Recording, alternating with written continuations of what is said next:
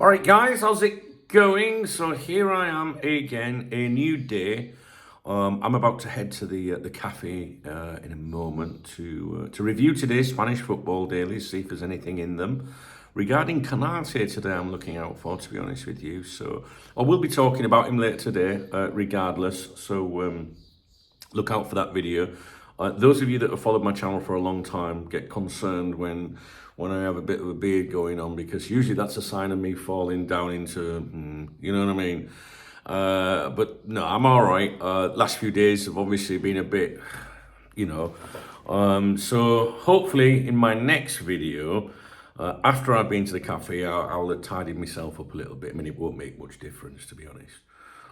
But I don't want you guys worrying about me or anything, you know what I mean? So, nah, I'm going to go and get some, you know, I've got to get a blade, one blade, I think it's called. So, yeah, some of you mentioned it on the stream last night. Sharon, if you're watching, I do apologise. I'll make sure that I'm sorted for my next video. So, guys, I haven't recorded a morning briefing yet. I've not had a cup of coffee yet, done nothing. But there'll be live streams today if you want to come along. 1 p.m. UK time today on here, and 6 o'clock UK time. So 1 and 6 on here if you want to come along for a natter about anything to do with LFC. So I want to talk to you about some articles that have been published about Trent Alexander-Arnold over the last few days. I was, preparing to do these the other day, and, so they've been left. I haven't touched them, but I'm going to bring you up to date on them. Tell you what the Spanish press are saying about Trent at the moment. I think since these articles were published, the ones I'm going to talk to you, there's been one more game for Real Madrid. He did provide an assist in that game, from what I saw, but it was not given to him for some reason. But maybe at some places, but some of the bookies didn't pay out. I think he crossed the ball in from the right, might have come off a defender or something, and then it was struck home. But it was an assist, so if I was him, I'd be annoyed. Maybe some of you can add further to the comments about that. So an article going back to the 3rd of July was Xabi Sharpens, Arnold Bewilders. That was one of the headlines. So this is AS or AS. On the 3rd of July, slowly the Real Madrid manager is beginning to show signs of his work and talent, something that contrasts with the performances of the fullback.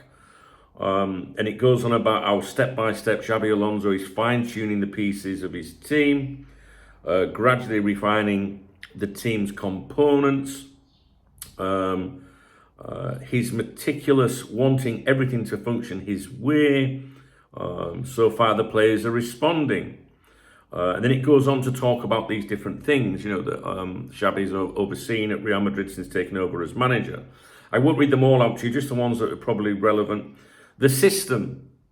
It's clear that Alonso feels very comfortable with 3 centre-backs and 2 wing-backs, the same setup he used as his default at Bayer Leverkusen. In the last 2 matches and during the final minutes against Pachuca, he has used this shape. Historically, Real Madrid's relationship with this system has been practically non-existent. It's never been part of their tactical DNA. Few, if any, managers have committed to it fully. The last memorable instance was under Vicente Del Bosque, who adopted a 5-3-2 in his first year to improve the team's defensive solidity. That formation helped them defeat Valencia in the 2000 Champions League final. Now, there's other touches on rapid progress of certain players or whatever. And then the bit that's where the single Trent out, obviously he was part of the headline. Remember what was the headline? Xabi Sharpens, Arnold Bewilders. Trent Alexander-Arnold, Passivity and Confusion, it's titled. The English right-back is well established at the highest level. A full career at a great Liverpool side confirms his quality. But his displays in the Club World Cup are causing confusion. There's no doubt he delivers magnificent crosses. His right foot is Beckham-esque. One such delivery against Juve was met by Gonzalo for a beautifully headed goal. But beyond that, his lack of involvement raises eyebrows. Rarely gets to the byline, seldom overlaps the winger, doesn't make diagonal runs, defensively has been undistinguished. His main role has been to swing in crosses, most of them from deep, not the final third. So far, he remains a mystery. So, and that's that publication is based in Madrid. It's a Real Madrid, pro Real Madrid publication. There was another article on the 4th of July.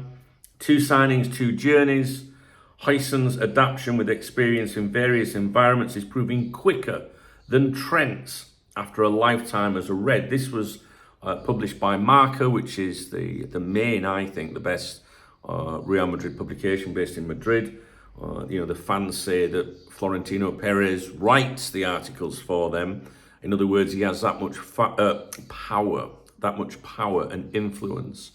So, of course, you can expect propaganda as well, right? So it goes on about Real Madrid's 2 new signings, talks about the Club World Cup, and it goes on to say, as of now, after 4 matches each, right? Don't forget, I think there's been another one at least. It's fair to say the Spanish international, Huijsen, is settling in more smoothly than the Englishman. The explanation might lie in the fact that despite his youth, he turned 20 this past April, Huijsen has a much more diverse football background than Trent, which may have helped him assimilate into the Real Madrid ecosystem more easily. And it talks about him being born in Amsterdam and being developed in Spain before, playing for Juventus, youth set up in 2022 at a very young age and eventually debuting for their first team. He then went to Roma and then made the leap to the Premier League. So obviously Huijsen's been all over. Trent, on the other hand, it says here, it says Trent Alexander-Arnold, on the other hand, who now prefers to be known simply as Trent, after swapping Anfield for the Bernabeu, spent his entire career at Liverpool. His environment remained unchanged from the age of 5 when he entered the club's youth ranks.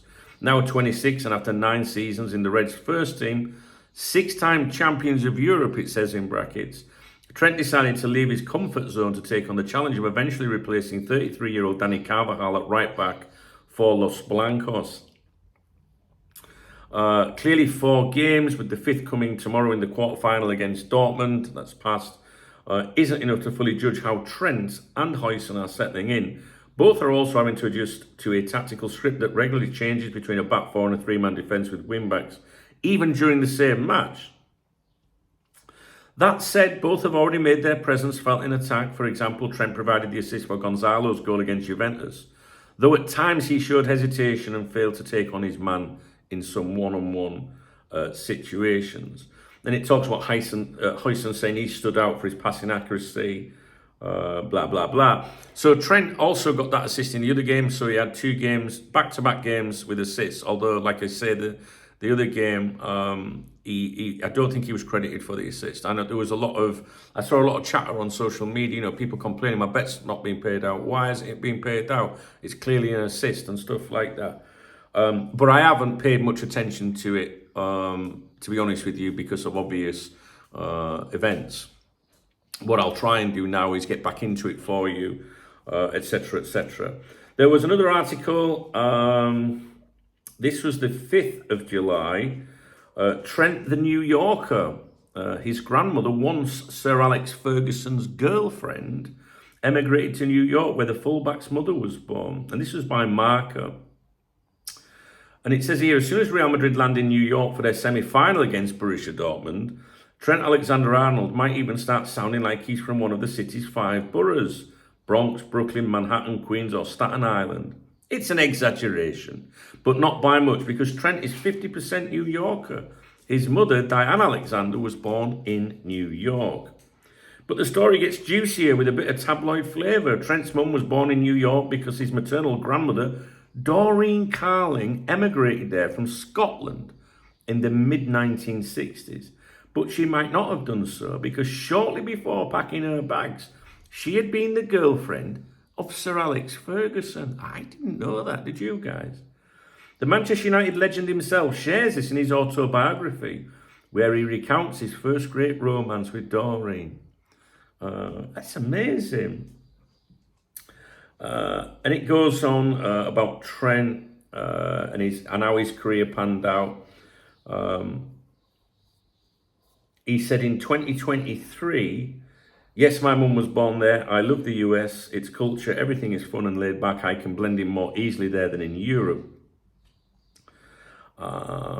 Anything else? No. Right, so basically, that was just like a little, I don't know, like a little interesting, feel-good sort of piece, you know. I didn't know about the Sir Alex Ferguson connection, but there was something else here as well. Where is it? The teenage romance in Glasgow. This is what I got Dave, my AI assistant. Some of you guys have met Dave. He's pretty cool. Well, you've not met him, but you've heard him, haven't you? Hashtag smash it. Who remembers that? I got him to write a piece for the members website in relation to that article, and I won't read it all to you.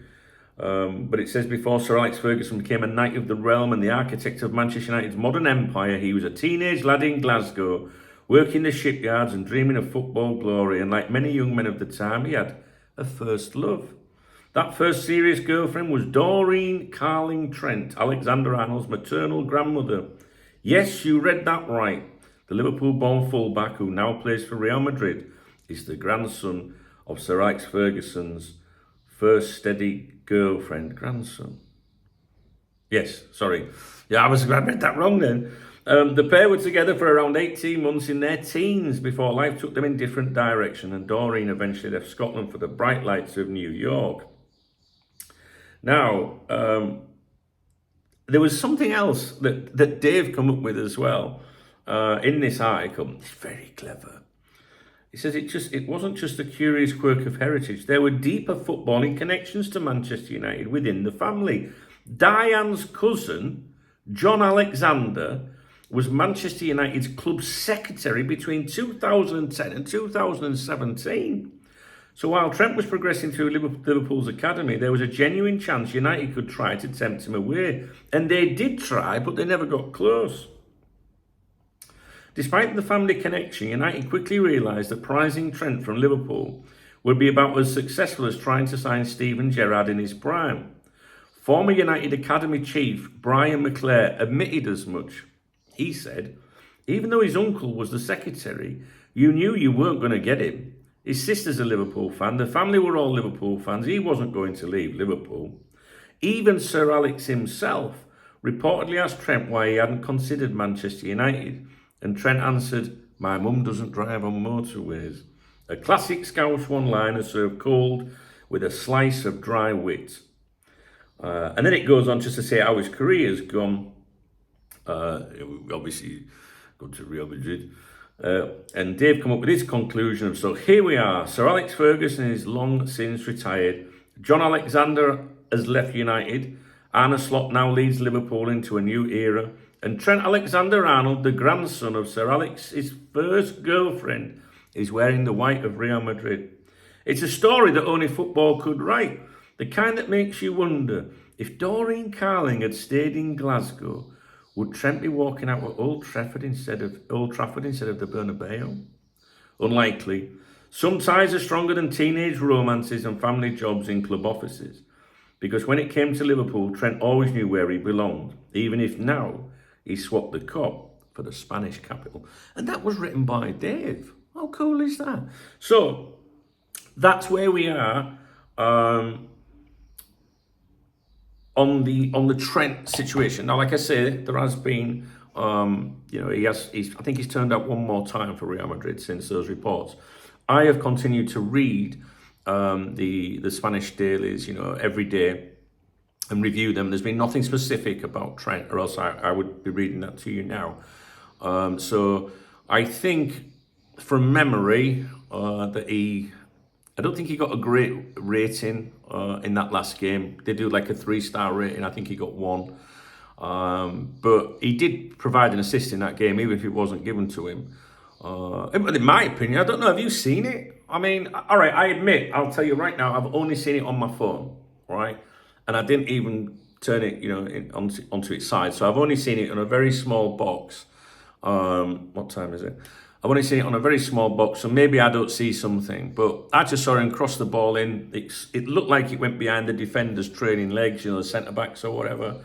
and then it was fired home. But there must be a reason it wasn't given, and I've got a feeling it might have come off one of the defenders, and then doesn't make it an assist or whatever. So there you go. Anyway, so it's quite mixed, I think, so far for Trent.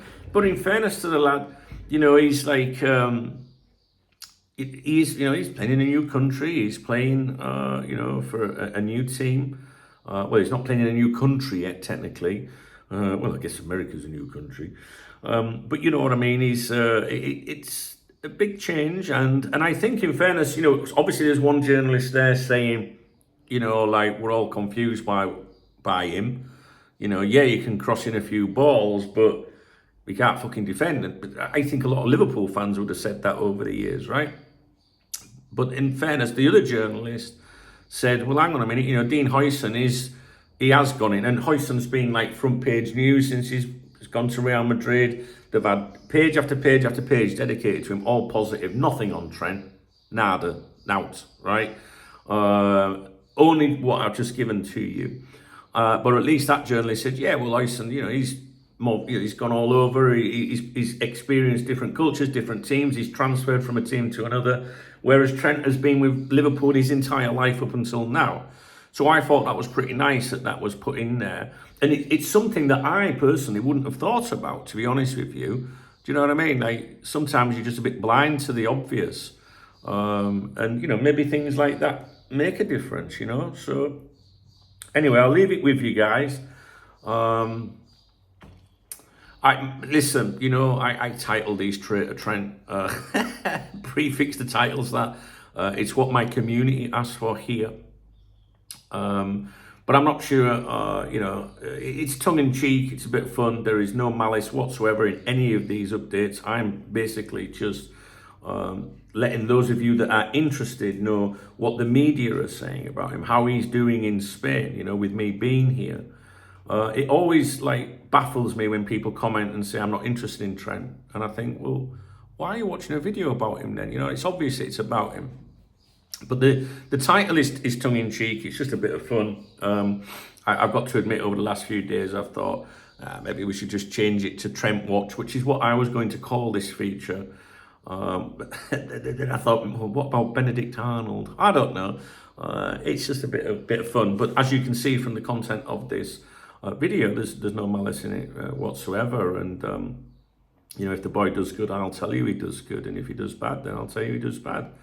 And people say, the ones, the wet wipes that moan about the title or whatever, is they'll say, well, you don't talk about other players. Well, they're wrong. That shows you how much they don't watch my channel, because if there is, former Liverpool players, I always mention them. But unfortunately, there isn't a lot of coverage about former Liverpool players. So you've got a high-profile former Liverpool player who's gone to Real Madrid, to a very high-profile club. So there's going to be a lot of things about him.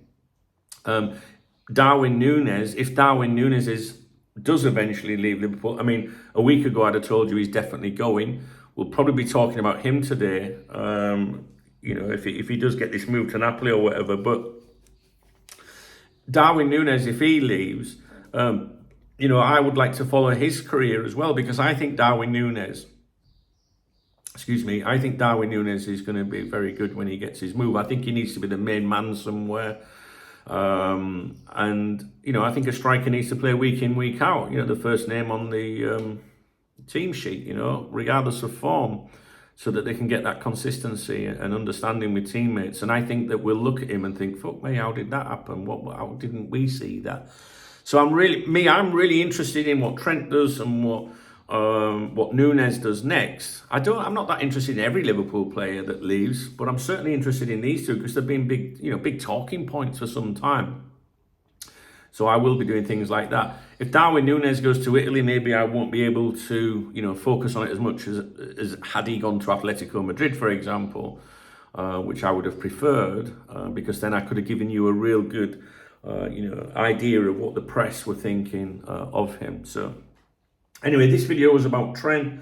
Like I said, there has been another game, I think, at least one game. I'm not really up to speed on things because of, obvious reasons. But I'm going to finish this video now, and I'm going to go to the cafe. I didn't go yesterday, my heart wasn't in it. And I'm going to take my laptop, and I'm going to review things. And if I can find anything of interest that will help you guys, I will be back here to discuss it with you. All right. There'll be the morning briefing will be coming up at some point as well. That goes on my other YouTube channel, youtube.com/Duncan Oldham. If you click on description, the video description for this video, you'll see the link in there to that channel. Also, a little graphic should pop up on the screen. I do my morning briefings over there. We talk Liverpool, we talk Cop Talk, we talk me, we talk you. It's like the community channel, if you like, but it just takes it away from me, that's all. But it's, if you enjoy this channel, then I'm sure you'd like it over there too. So I'm going to leave it with you. I'm going to grab me rucksack and head out. Aren't we, Remy? Well, you're not coming. You'll have to stay here. Okay, guys, let's hope we can have, let's hope we can do some content today and focus on, some other things sometimes as well. Live stream at 1, live stream at 6. Okay, please do come along and see me. We all got together yesterday for a couple of hours, and I think it did us the world of good, to be honest with you. So I'll leave it with you. If you appreciate this video, if you enjoyed the video, please thumbs up the video. If you're a wet wipe and you don't like the title, then thumbs down the video, because that'll make a huge difference to what happens around here.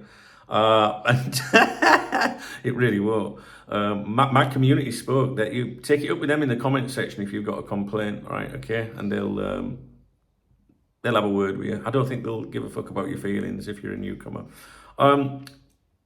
Drop me a comment. If you want to buy me a coffee, there's a thank you button under the video, a love heart. That's how people support me on here. I don't promote products on here. I don't clickbait people. That's just how I do things around here. Like, if you want to get me a coffee, if you want to go to the cafe or whatever, it goes in the kitty and it helps me. Cop Talk's all I do. That's it. And it's all I've done for 27 years now.